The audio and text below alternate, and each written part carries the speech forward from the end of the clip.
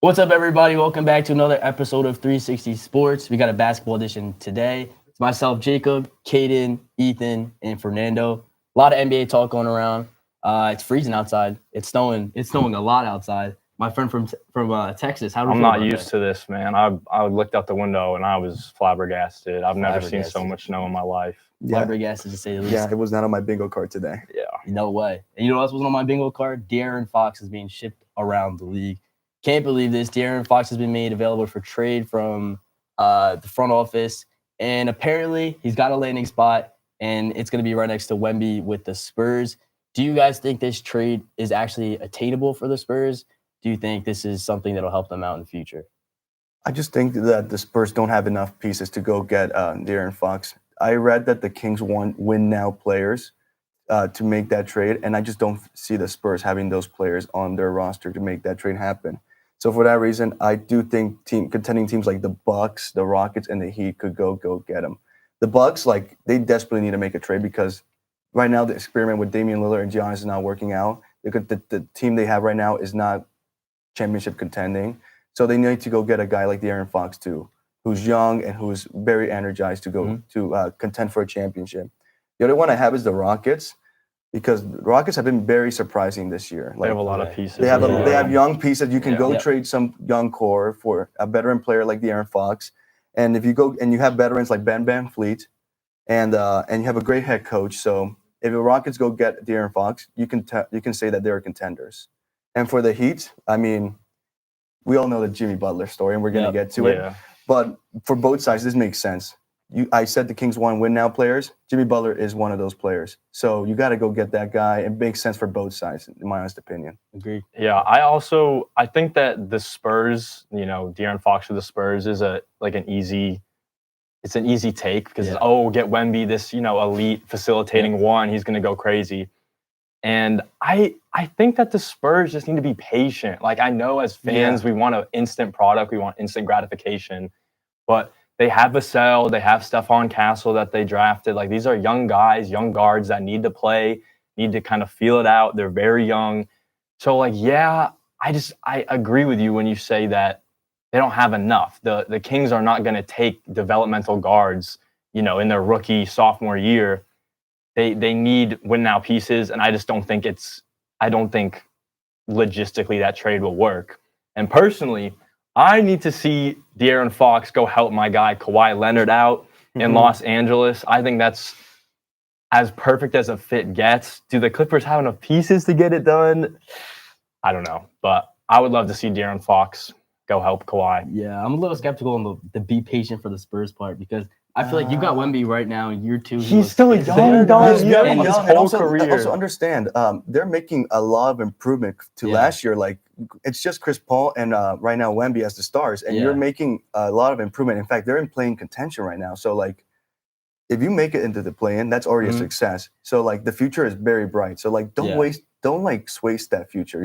I see what you're saying, but I feel like when you have a guy like Wemby, you don't want him running around year 2. Like, look what LeBron did in the Cavs. He was that good of a player. They couldn't surround him with nothing. That's kind of an I don't extreme think- example. Yeah, They're not going to do that to Wemby. Wemby. How about this? Stephon Castle, he's a great player, right? Yeah. He's not your number 2 guy on this team. Chris not. Paul is, 38 years old? He's not going to be there for longer. Yeah. I think it makes sense for them to go get a guy. They're not going to win this year with De'Aaron Fox, but I think it makes sense to get a young, explosive guard to pair next to Wemby so they build that chemistry and they can create the pieces around them to become that contender. But Fox's contract runs out after this season. Why would you go trade some of your young guys just when you could maybe pick them up next season anyway? Yeah. It just doesn't make sense for the Spurs to trade for him right now when they can maybe keep all of what they have or most of what they have and just get him next season. Yeah, exactly. And the Spurs aren't one De'Aaron Fox type player away from suddenly being a contender. They still got to develop some more guys, maybe go get another guy out of free agency.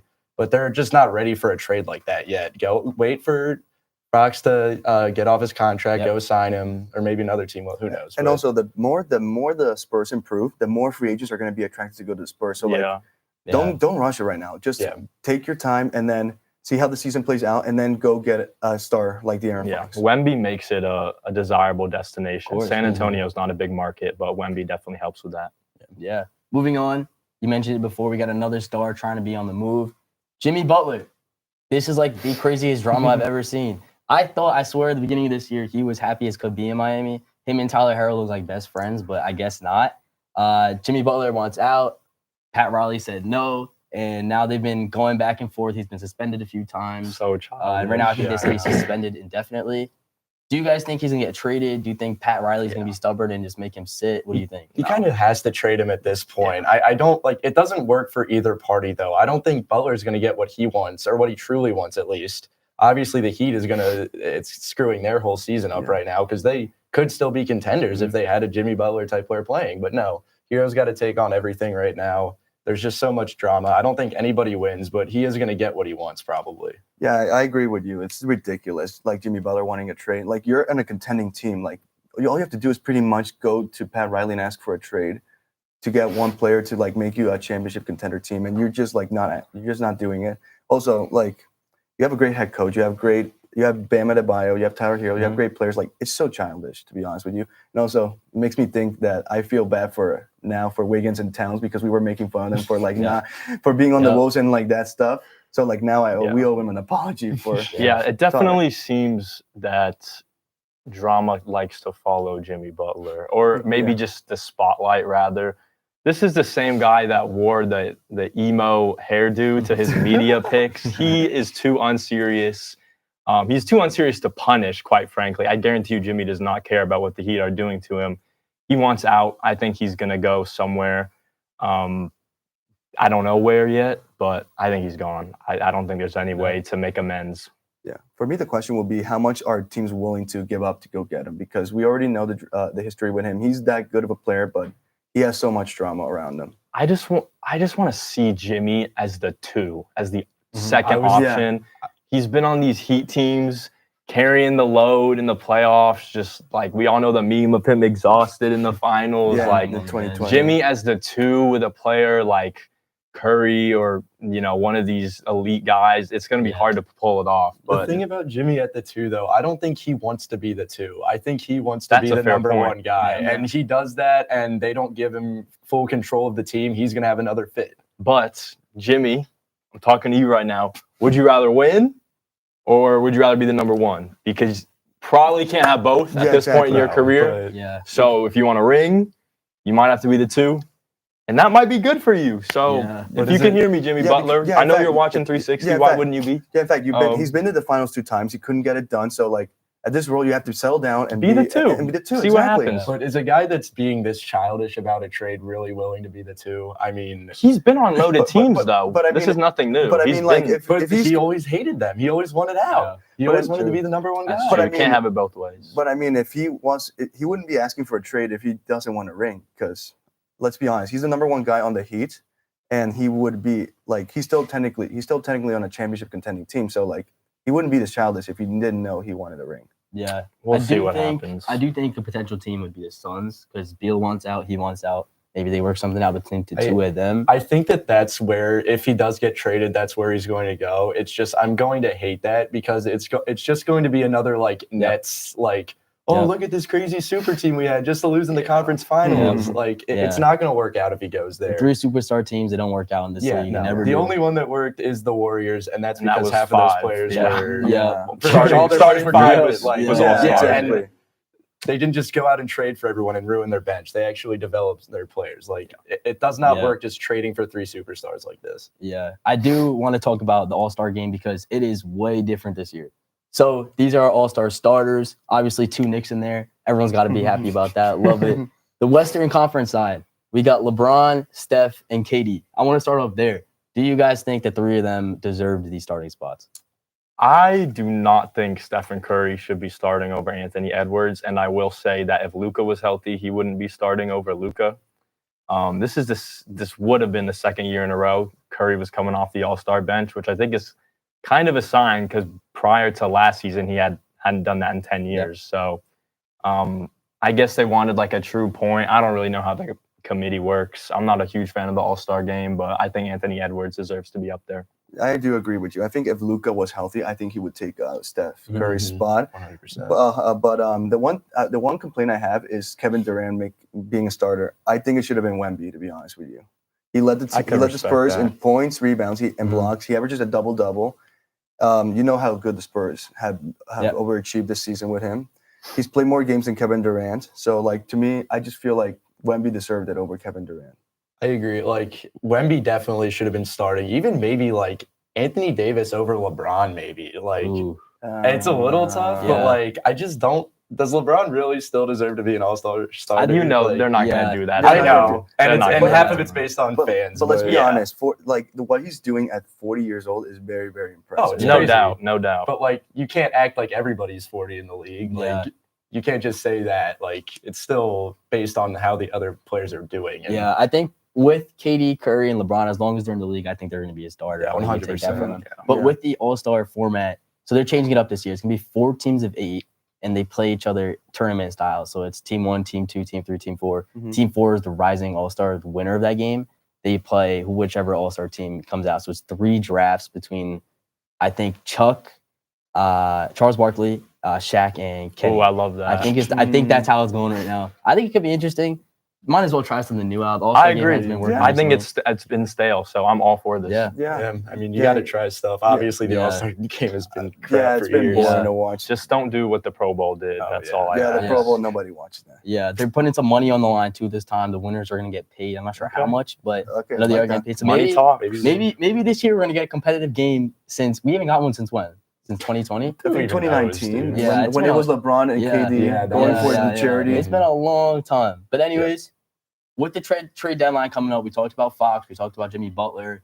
Now I want you guys to tell me, what do you see as a dream trade happening in the league? Somewhere you want to see someone go, or a team you want to be aggressive and go out there? Caden, let's start off with you. Awesome. All right. So, my trade, it's not a blockbuster trade by any means, something simple, but I have the Mavericks acquiring Mr. Nicholas Claxton from the Nets. Their young rookie center, Derek Lively, is going to be in the league for 12 years. He's a dog, but messed up his foot, so he's out for about 3 months. Luka's out as well. So what we really need is some depth at the 5. Maxi Kleber is out as well. Right now, it's just Daniel Gafford and some G League guys holding down the fort. So the money's a little complicated. Claxton makes a lot of money, and he's having a little bit of a down year. So I think maybe the Mavericks can kind of use that to their benefit in negotiation. But yeah, I think this is the perfect fit for the Mavericks. They love these big, tall guys with good hands on both ends of the floor. Plays defense, gets rebounds, can be used in the pick and roll, especially when Luka gets back. So will it happen? Probably not, but I really hope it does because the Mavericks can save their season. I believe it. I like it. I mean, we saw in the NBA Finals how the Celtics were being, how undermanned the Mavericks were in the NBA Finals. Yeah. So like they do need to get big if they want to beat the Celtics this time Yeah. around. Yeah, I think a glass painter helps him out there because you need someone. I mean, you got Luka and Kyrie taking all these shots. Someone's got to get Yeah. down there and get those boards. Especially in the West. Yeah. Gotta have some big guys. competitive Someone West. like that. Especially when you got to play Jokic at some point, you need someone Yeah. down there. Yeah. Are moving on. My trade is blockbuster. People are gonna be shocked. Blockbuster trade income. All right, Let's I see got it. Jimmy Play the Butler ball. going to the Golden State Warriors. Ooh. Look, you have the greatest shooter to ever live in Steph Curry. You still have Draymond Green, and they're in their last years of championship contending. So if you got to maximize that window. Right now, they don't have the roster to win. And bringing in a guy like Jimmy Butler, that changes everything. You know who Jimmy Butler is. He's an all-star. He led the Heat to 2 NBA finals. He's great. He is such a great shooter. And you know what? That's what Curry needs. He needs a number 2 option who can pick up the slack for him because Curry can't do everything. So I think Jimmy Butler is the guy who can help him out, pick up the slack. And I think if the Warriors get him, we can have serious conversations about Warriors possibly winning a championship again.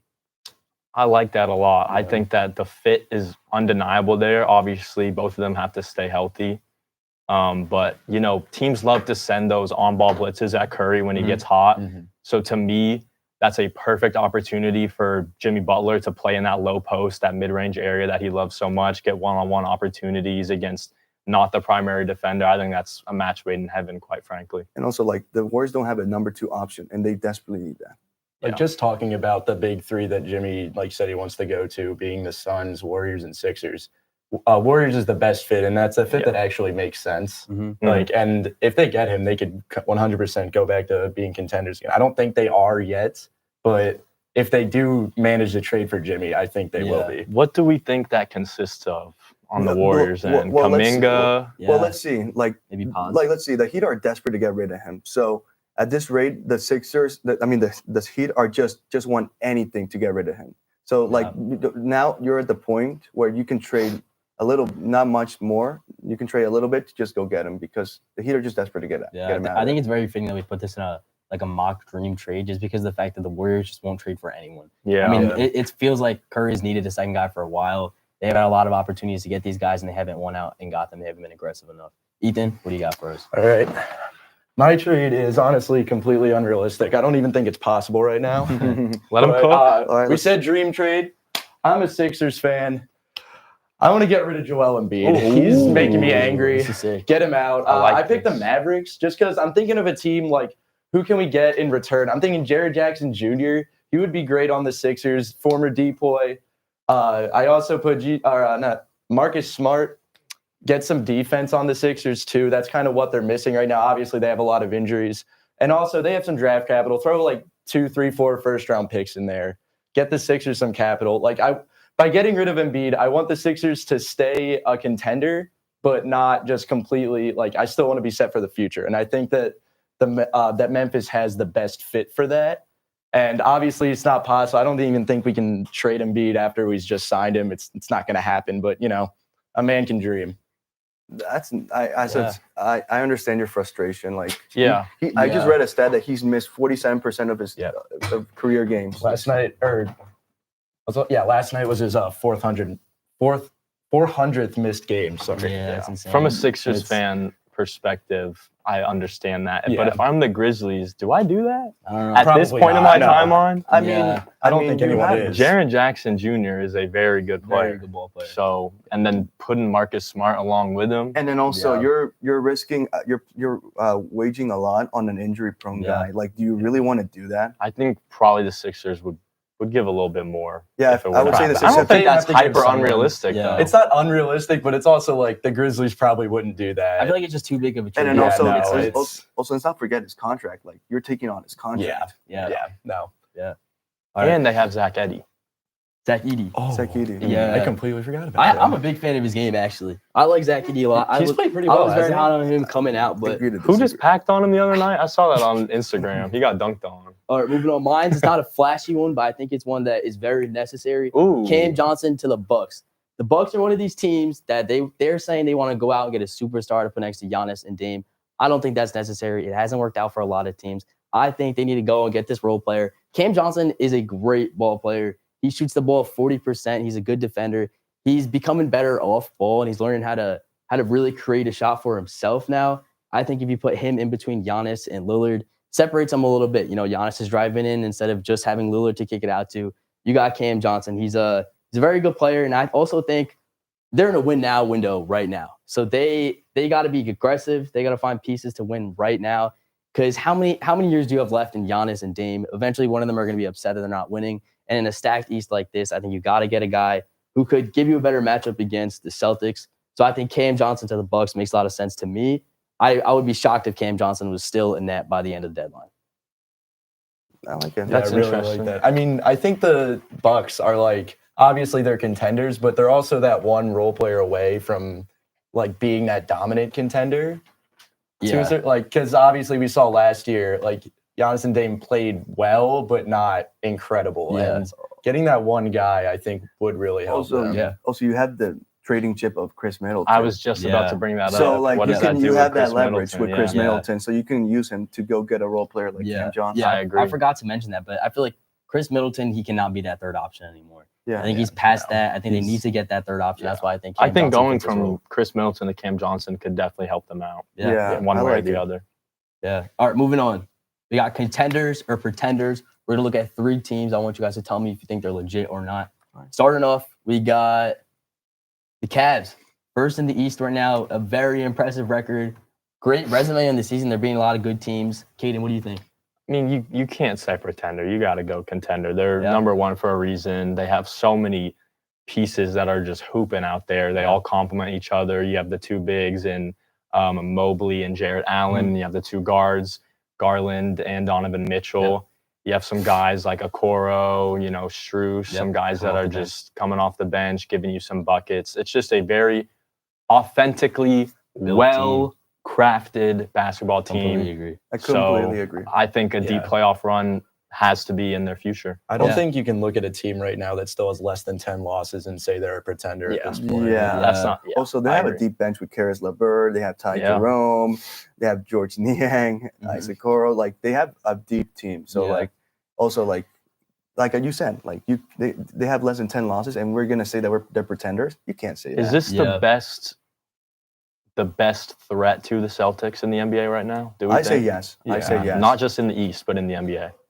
I would say yes. I would say yes, and I then the don't think so. Thunder. Who do you think? I Knicks? honestly, You want to say it, boy. bias Just say aside, it. I do think the Knicks can't compete with this team. I don't because- disagree. because of the fact I don't that Cat disagree. is down low. I think that changes the entire game. That's fair. That's fair You enough. can't say that the Thunder match up better. I honestly agree with that. I think the Thunder pose a bigger threat to the Celtics. There's But in some the really East side, good basketball I think the teams Knicks this year, pose man. the biggest threat. But I'm not gonna lie, the Cavs, they look really sharp this year. Yep. I will say the only thing that's a little shaky for me looking at this team in the playoffs is Darius Garland.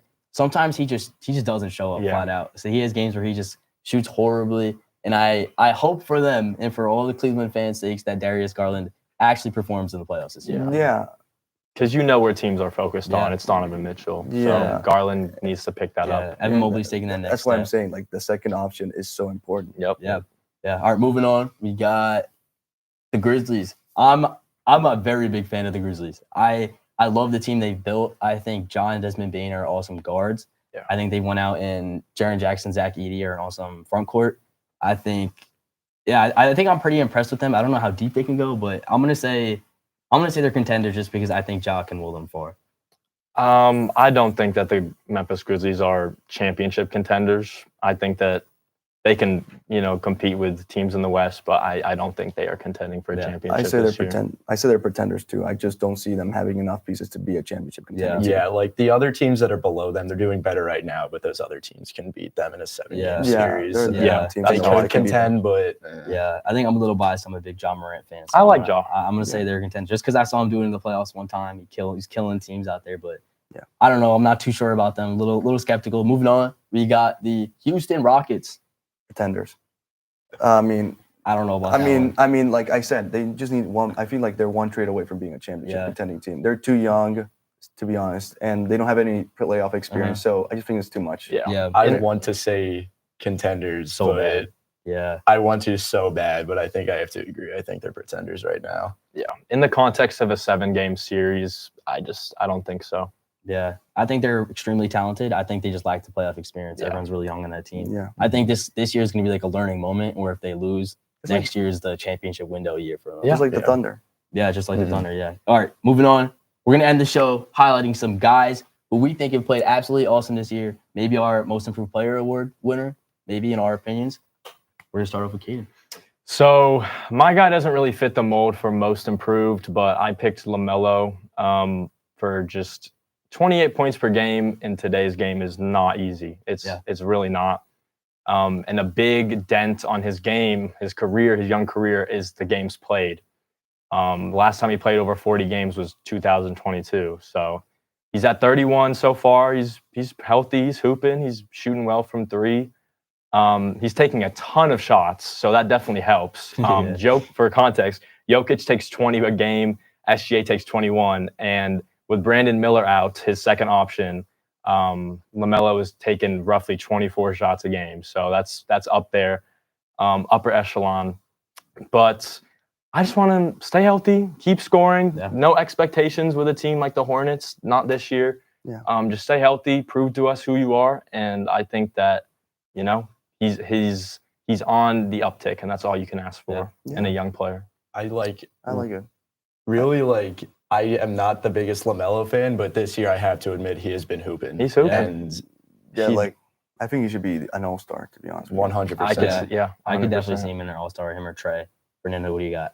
I said Norman Powell. I mean, I've been watching this guy since he got traded from the Raptors to Yep. the Clippers, Yeah. and he was a starter when he got traded, and he had to settle down to the role of being a bench player.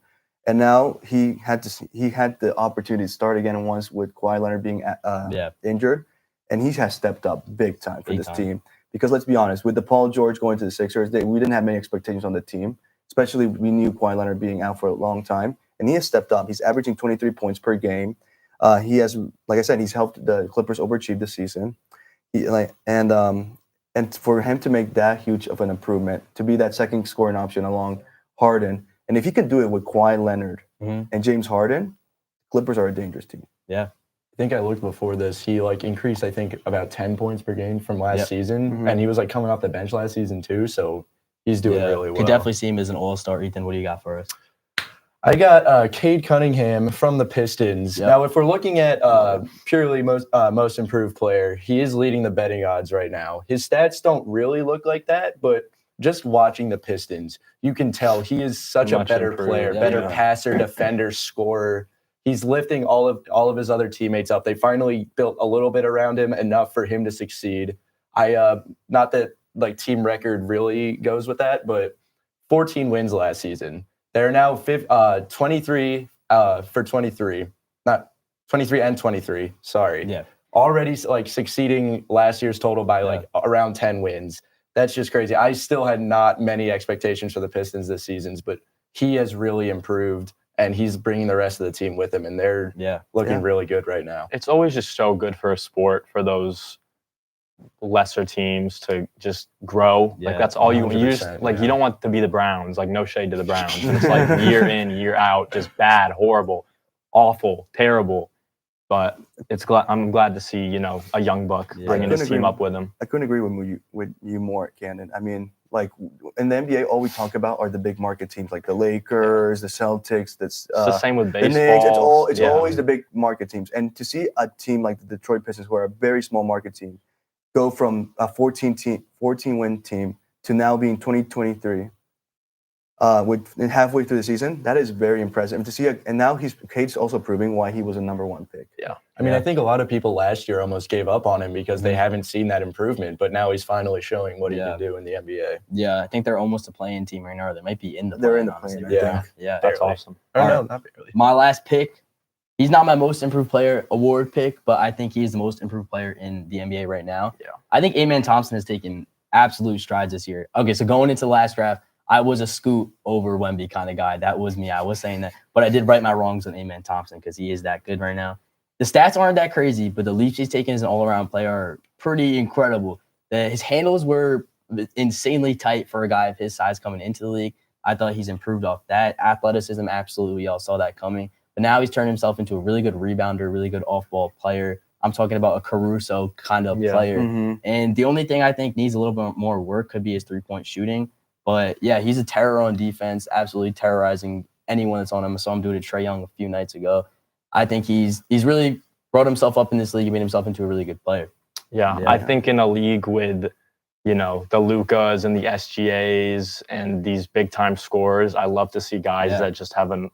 Maybe they're not the best. Yeah, they aggressive don't at the hoop. create their own shot, but they're aggressive. They play Yeah. good defense. They just play hard. I love to see that. Yeah, Yeah, and didn't he score the game winner against the Yep. Celtics? dropped a game winner. Yeah, like Awesome. to do that is very impressive, and also like he's young, he's gonna keep getting better. Yep. And players Super athletic. doing things like he's doing right now in the Rockets are why they're so high up in the standings. Exactly. Yep. Yeah. I love them. I love all these picks. Awesome picks, guys. But as always, that's all we got for today. Stay tuned. Tomorrow we have another episode. Basketball next week. Thank you guys for tuning in, and we'll see you soon.